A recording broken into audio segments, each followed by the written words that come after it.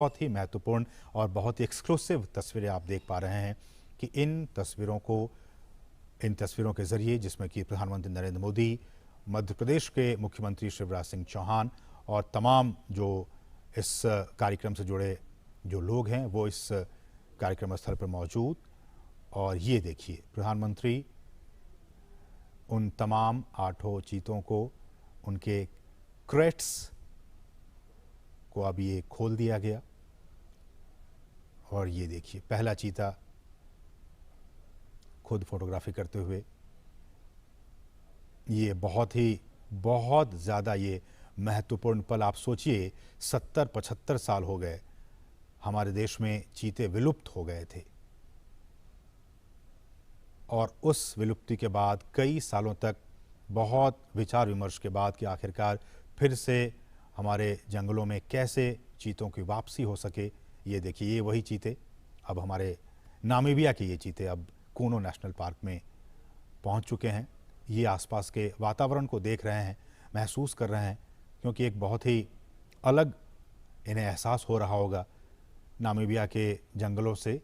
अब ये सीधे भारत के जंगलों में कूनो नेशनल पार्क में अब ये पहुंच चुके हैं। प्रधानमंत्री इस बहुत ही महत्वपूर्ण क्षण का लुत्फ उठाते हुए और उन तस्वीरों को अपने कैमरे में कैद करते हुए, साथ में आपने देखा मध्य प्रदेश के मुख्यमंत्री शिवराज सिंह चौहान भी मौजूद थे। कुल 8 चीतों को हिंदुस्तान लाया गया है। जैसा कि हमने बताया कि इनमें 5 मादा चीता हैं और 3 नर चीता हैं। इन 8 चीतों को आपने देखा, प्रधानमंत्री ने विशेष जो क्रेट्स थे उन क्रेट्स को खोल दिया गया और फिर वो सभी 8 चीते अब मुक्त हो चुके हैं। लेकिन ये अभी जंगलों में नहीं जाएंगे, ये एक बहुत ही ख़ास एरिया बनाया गया है। उन्हीं ख़ास एरिया में अभी ये 1 महीने तक रहेंगे और उसके बाद फिर इनकी लगातार मॉनिटरिंग की जा रही है, मॉनिटरिंग की जाएगी। आप देख सकते हैं इन चीतों के जो गर्दन है उस पर एक कॉलर, जो GPS टैग है वो लगा हुआ है ताकि इनकी मॉनिटरिंग की जा सके। और मैं उसी पर लौट भी रहा था कि सभी चीतों के गर्दन पर उनके नाम या फिर कोड के हिसाब से सैटेलाइट या फिर GPS VHF कॉलर्स लगा दिए गए हैं। और इसी नेशनल पार्क में जो हम आपको दिखा रहे हैं, ये कूनो राष्ट्रीय उद्यान, कूनो नेशनल पार्क, इसमें एक डेटा डाउनलोड फैसिलिटी सेंटर बनाई गई है। और इस इक्विपमेंट को, रेडियो टेलीमेट्री इक्विपमेंट को खरीदने और फैसिलिटी बनाने की सारी प्रक्रिया 4 से 6 महीने में पूरी कर ली जाती है। और ये जो आप देख रहे हैं इनके गर्दन में, इनको वहीं पे इन चीतों को लाने से पहले ही इनको नामीबिया पहुंचा दिया गया था और फिर इन्हें ये तमाम जो कॉलर हैं, RF ये कॉलर, इनको लगाकर ही इन्हें लाया गया है। रेडियो कॉलर है इन्हें, और इनकी ताकि इनकी जो ट्रैकिंग है, इनकी निगरानी वो हो सके रेडियो कॉलर के ज़रिए।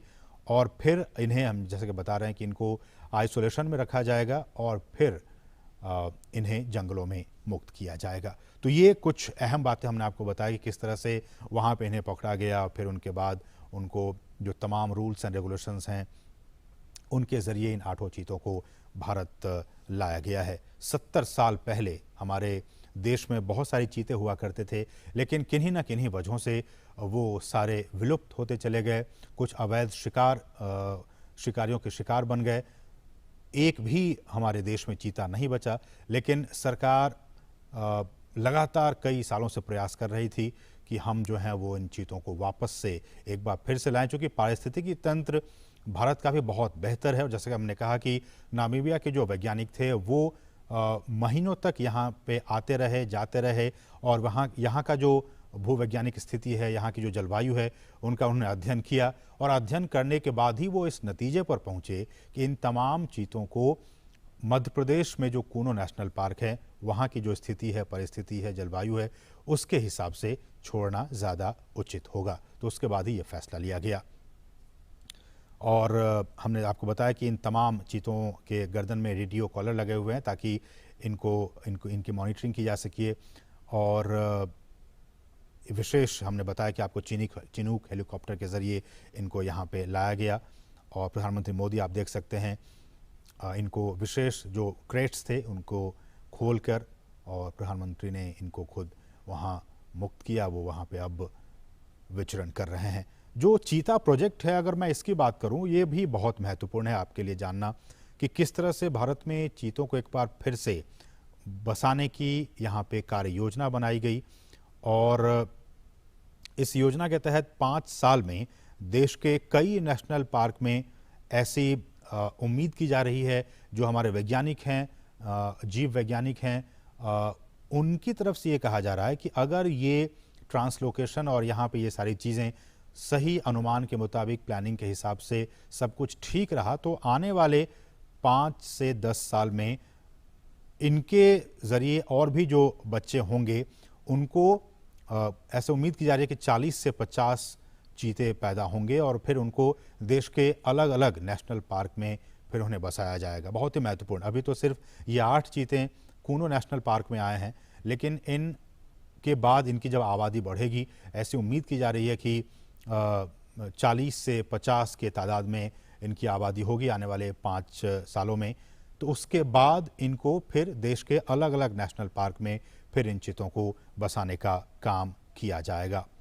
और इस कार्य योजना के ज़रिए जैसा कि हम कह रहे हैं कि भारत एक बार फिर दुनिया के सबसे तेज़ रफ्तार वाले जानवर चीता का घर अब बनने जा रहा है और भारत सरकार ने चीतों को फिर से देश के जंगलों में लाने का काम किया है, बहुत ही महत्वपूर्ण काम किया है। और प्रधानमंत्री जैसा कि आप देख सकते हैं कितने उत्साहित हैं, खुद कैमरे के जरिए उन तस्वीरों को कैद करने की कोशिश कर रहे हैं। प्रधानमंत्री खुद भी चीतों को देश में लाने और इसे बसाने में निजी, बिल्कुल पर्सनल लेवल पे निजी रुचि दिखा रहे थे और उसी का नतीजा है कि आज ये 8 चीते अब हिंदुस्तान की सरजमी पर पहुंच चुके हैं। ये हम आपको बताएं, चीता आपने भी देखा होगा तमाम टेलीविज़नों के ज़रिए, नेशनल ज्योग्राफिक पे, एनिमल प्लैनेट चैनल पे, कि किस तरह से ये जंगलों में रहता है और ये एक मांसाहारी जानवर होता है। भारत से इसका लगभग 70-75 साल पहले खात्मा हो गया था और कहा जाता है कि अवैध शिकार जो रहा वो एक बहुत अहम वजह रहा इनके एक्सटिंक्ट होने के, इनके विलुप्त होने के।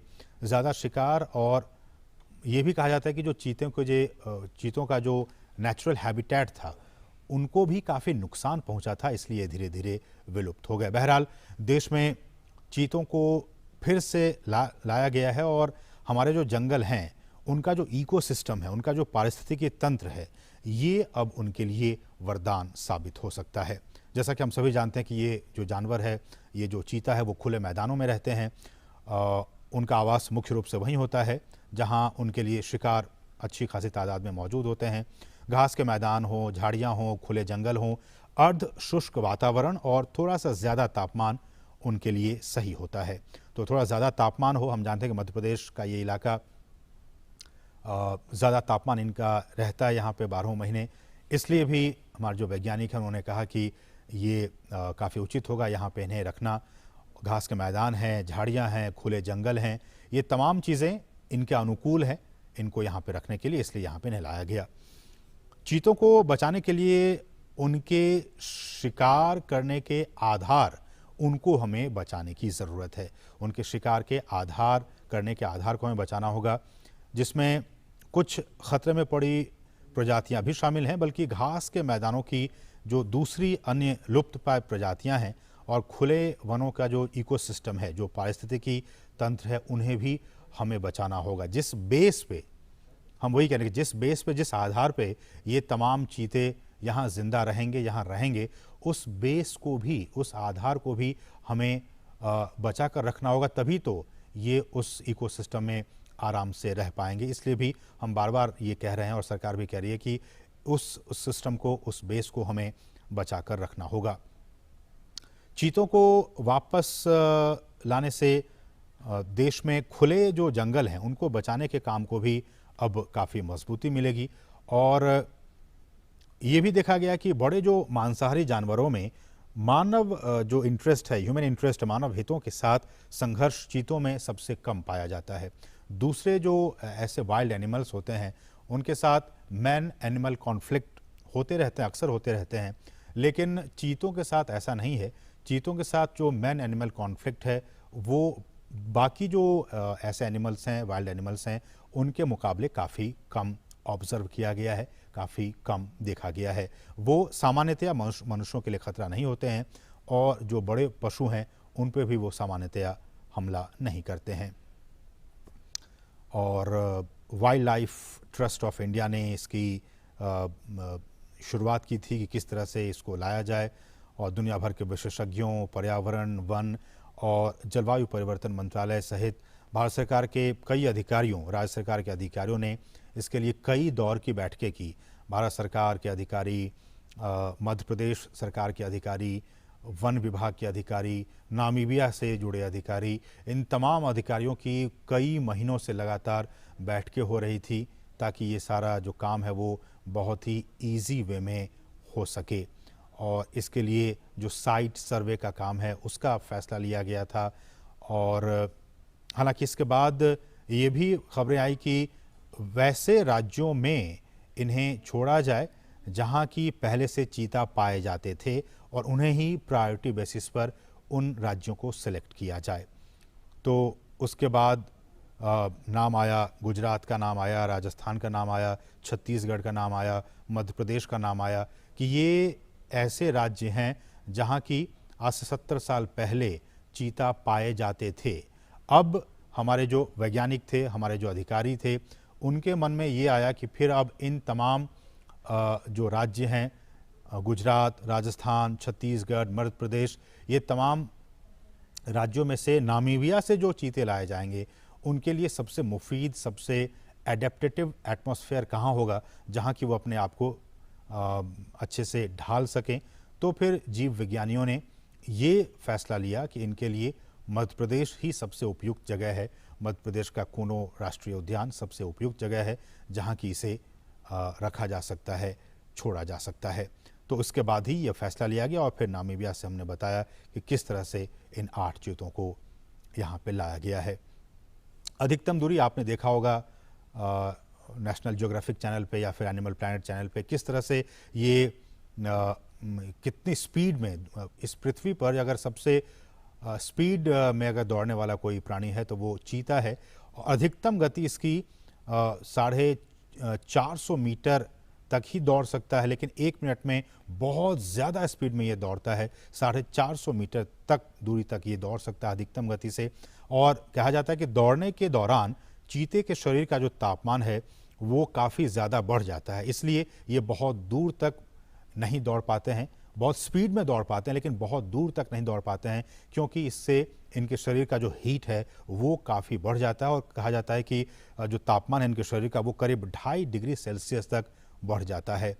और ऐसे में जो इनका जो दिमाग होता है, ब्रेन, वो इस बढ़ी हुई गर्मी को सहन नहीं कर पाता है, झेल नहीं पाता है और वो अचानक ही दौड़ना बंद कर देता है। आपने देखा होगा तमाम जो प्रोग्राम्स बनते रहते हैं उसके ज़रिए, और ये 1 मिनट तक किसी भी शिकार का पीछा करता है और अगर वो नहीं मार पाता है तो फिर ये उसका पीछा करना छोड़ देता है। तो ये कुछ अहम बातें, हालांकि आप इसके बारे में जानते होंगे।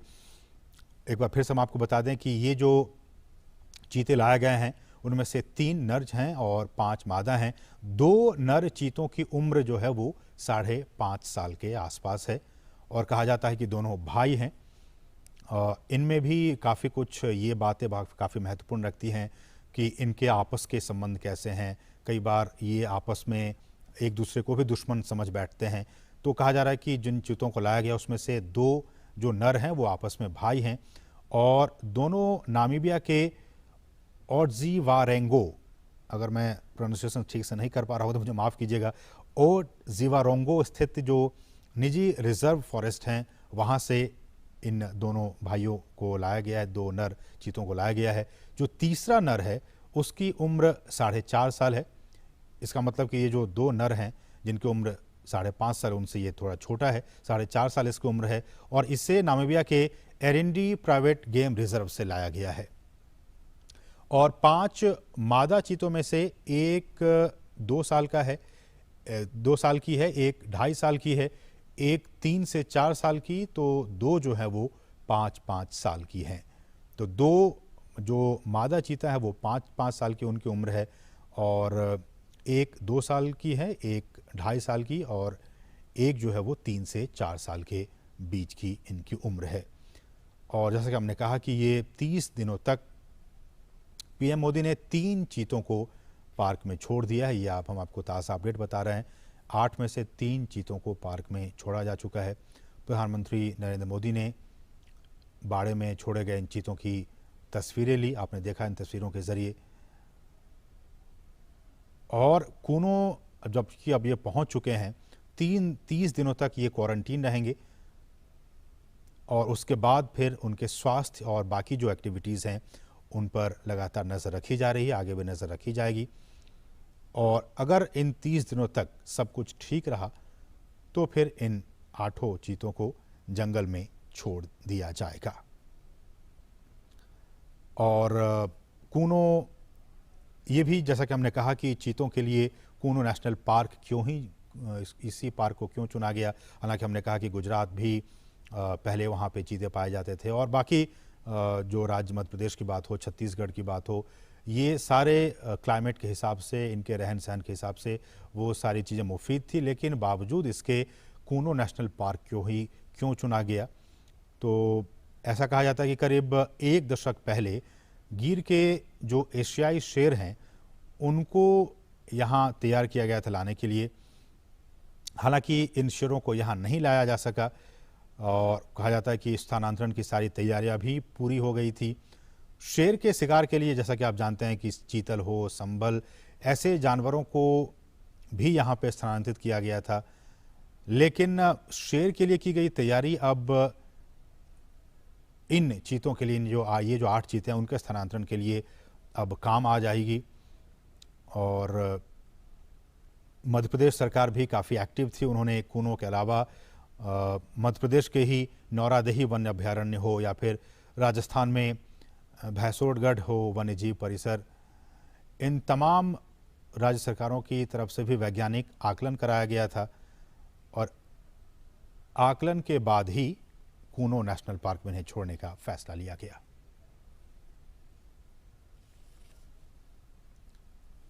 और भारत में 7 दशक के बाद चीतों की वापसी के ऐतिहासिक अवसर पर आइए सुनते हैं प्रधानमंत्री का ये बहुत ही खास संदेश।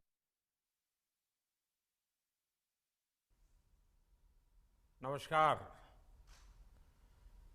मेरे प्यारे देशवासियों,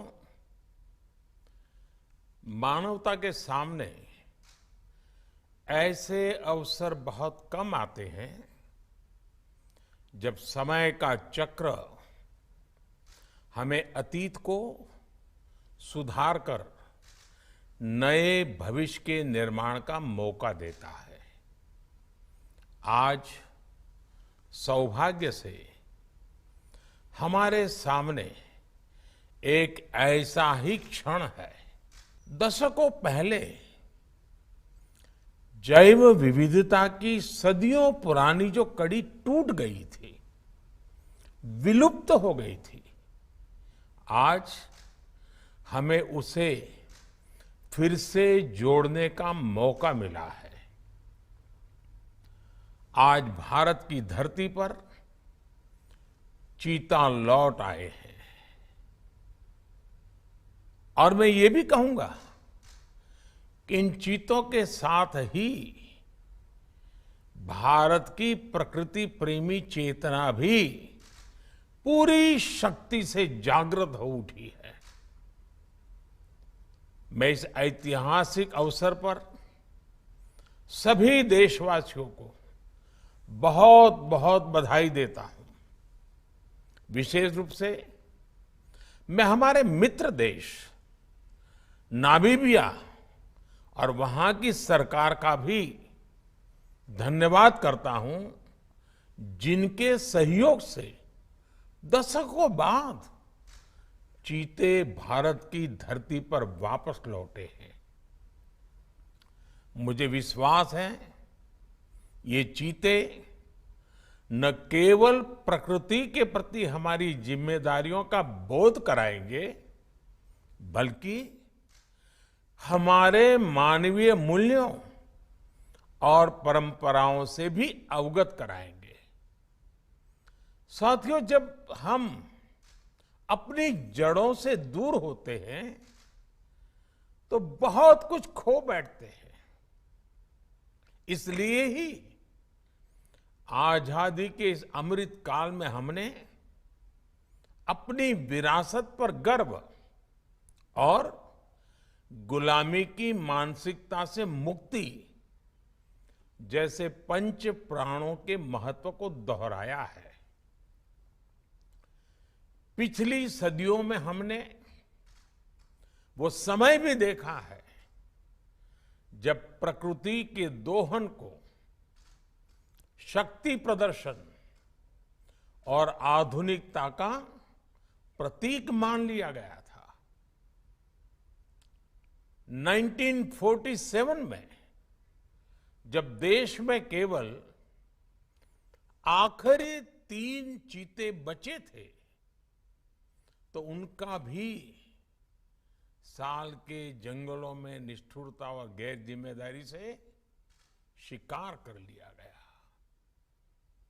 ये दुर्भाग्य रहा कि हमने 1952 में चीतों को देश से विलुप्त तो घोषित कर दिया, लेकिन उनके पुनर्वास के लिए दशकों तक कोई सार्थक प्रयास नहीं हुआ।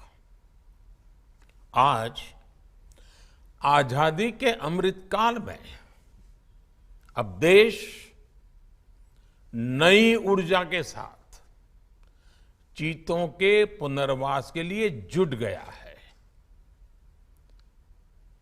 अमृत में तो वो सामर्थ्य होता है जो मृत को भी पुनर्जीवित कर देता है।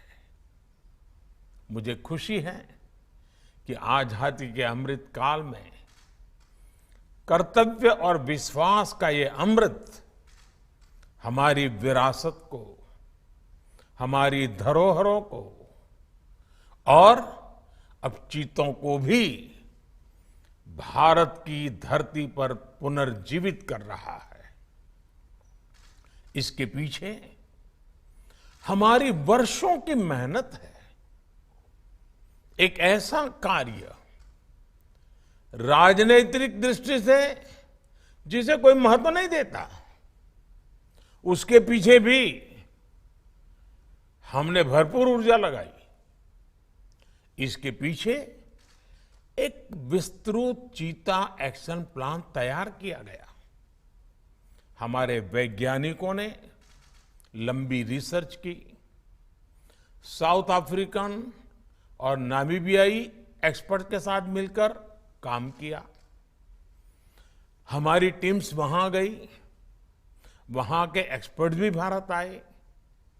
पूरे देश में चीतों के लिए सबसे उपयुक्त क्षेत्र के लिए वैज्ञानिक सर्वे किए गए और तब कूनो नेशनल पार्क को इस शुभ शुरुआत के लिए चुना गया।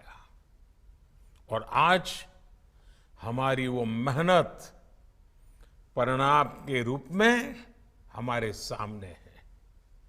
साथियों, ये बात सही है कि जब प्रकृति और पर्यावरण का संरक्षण होता है तो हमारा भविष्य भी सुरक्षित होता है, विकास और समृद्धि के रास्ते भी खुलते हैं। कूनो नेशनल पार्क में जब चीता फिर से दौड़ेंगे तो यहां का ग्रासलैंड इकोसिस्टम फिर से रिस्टोर होगा, बायोडायवर्सिटी और बढ़ेगी। आने वाले दिनों में यहां इको टूरिज्म भी बढ़ेगा, यहां विकास की नई संभावनाएं जन्म लेगी, रोजगार के अवसर बढ़ेंगे। लेकिन साथियों, मैं आज आपसे सभी देशवासियों से एक आग्रह भी करना चाहता हूं। कूनो नेशनल पार्क में छोड़े गए चीतों को देखने के लिए देशवासियों को कुछ महीने का धैर्य दिखाना होगा, इंतजार करना होगा। सहयोग करना होगा। आज ये चीते मेहमान बनकर आए हैं, इस क्षेत्र से अनजान है। कूनो नेशनल पार्क को ये चीते अपना घर बना पाए, इसके लिए हमें इन चीतों को भी कुछ महीने का समय देना होगा। अंतर्राष्ट्रीय गाइडलाइंस पर चलते हुए भारत इन चीतों को बसाने की पूरी कोशिश कर रहा है। हमें अपने प्रयासों को विफल नहीं होने देना है। साथियों, दुनिया आज जब प्रकृति और पर्यावरण की ओर देखती है तो सस्टेनेबल डेवलपमेंट की बात करती है, लेकिन प्रकृति और पर्यावरण, पशु और पक्षी भारत के लिए एक केवल सस्टेनेबिलिटी और सिक्योरिटी के विषय ही सिर्फ है ऐसा नहीं है। हमारे लिए ये हमारी सेंसिबिलिटी और स्पिरिचुअलिटी का भी आधार है। हम वो लोग हैं जिनका सांस्कृतिक अस्तित्व सर्वम खल्विदम ब्रह्म इस मंत्र पर टिका हुआ है। अर्थात संसार में पशु, पक्षी, पेड़, पौधे, जड़, चेतन जो कुछ भी है वो ईश्वर का ही स्वरूप है, हमारा अपना ही विस्तार है। हम वो लोग हैं जो कहते हैं परम परोपकारार्थम यो जीवति सह जीवति, अर्थात खुद के फायदे को ध्यान में रख करके जीना वास्तविक जीवन नहीं है। वास्तविक जीवन वो जीता है जो परोपकार के लिए जीता है। इसलिए हम जब खुद भोजन करते हैं उसके पहले पशु पक्षियों के लिए अन्न निकालते हैं। हमारे आसपास रहने वाले छोटे से छोटे जीव की भी चिंता करना हमें सिखाया जाता है, बचपन से सिखाया जाता है। हमारे संस्कार ऐसे हैं कि कहीं अकारण किसी जीव का जीवन चला जाए तो हम अपराध बोध से भर जाते हैं। फिर किसी पूरी जीव जाति का अस्तित्व ही अगर हमारी वजह से मिट जाए, ये हमें कैसे स्वीकार हो सकता है? आप सोचिए, हमारे यहां कितने ही बच्चों को ये पता तक नहीं होता है कि जिस चीता के बारे में सुनकर वो बड़े हो रहे हैं वो उनके देश से पिछली शताब्दी में ही लुप्त हो चुके हैं। आज अफ्रीका के कुछ देशों में और ईरान में चीता पाए जाते हैं, लेकिन भारत का नाम उस लिस्ट से बहुत पहले हटा दिया गया था। आने वाले वर्षों में बच्चों को इस विडंबना से नहीं गुजरना पड़ेगा। मुझे विश्वास है वो चीता को अपने ही देश में कूनो नेशनल पार्क में दौड़ता देख पाएंगे। चीता के जरिए आज हमारे जंगल और जीवन उसका एक बड़ा शून्य भर रहा है। साथियों, आज 21वीं सदी का भारत पूरी दुनिया को संदेश दे रहा है कि इकोनॉमी और इकोलॉजी कोई विरोधाभासी क्षेत्र नहीं है। पर्यावरण की रक्षा के साथ ही देश की प्रगति भी हो सकती है। ये भारत ने दुनिया को करके दिखाया है। आज एक और हम विश्व की तेजी से बढ़ती अर्थव्यवस्था में शामिल है, तो साथ ही देश के वन क्षेत्रों का विस्तार भी तेजी से हो रहा है। साथियों, 2014 में हमारी सरकार बनने के बाद से देश में करीब करीब 250 नए संरक्षित क्षेत्र जोड़े गए हैं। हमारे यहां एशियाई शेरों की संख्या में भी बड़ा इजाफा हुआ है। आज गुजरात देश में एशियाई शेरों का बड़ा क्षेत्र बनकर उभरा है। इसके पीछे दशकों की मेहनत, रिसर्च बेस्ड पॉलिसीज और जन भागीदारी की बड़ी भूमिका है। मुझे याद है, हमने गुजरात में एक संकल्प लिया था। हम जंगली जीवों के लिए सम्मान बढ़ाएंगे और संघर्ष घटाएंगे। आज उस सोच का प्रभाव परिणाम के रूप में हमारे सामने है। देश में भी टाइगर्स की संख्या को दोगुना करने का जो लक्ष्य तय किया गया था, हमने उसे समय से पहले हासिल किया है। असम में एक समय एक सींग वाले गैंडों का अस्तित्व खतरे में पड़ने लगा था, लेकिन आज उनकी भी संख्या में वृद्धि हुई है। हाथियों की संख्या भी पिछले वर्षों में बढ़कर 30,000 से ज्यादा हो गई है।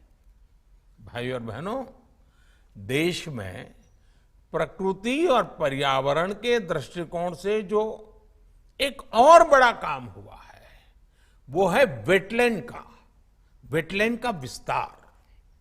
भारत ही नहीं, पूरी दुनिया में करोड़ों लोगों का जीवन और उनकी जरूरतें वेटलैंड इकोलॉजी पर निर्भर करती हैं।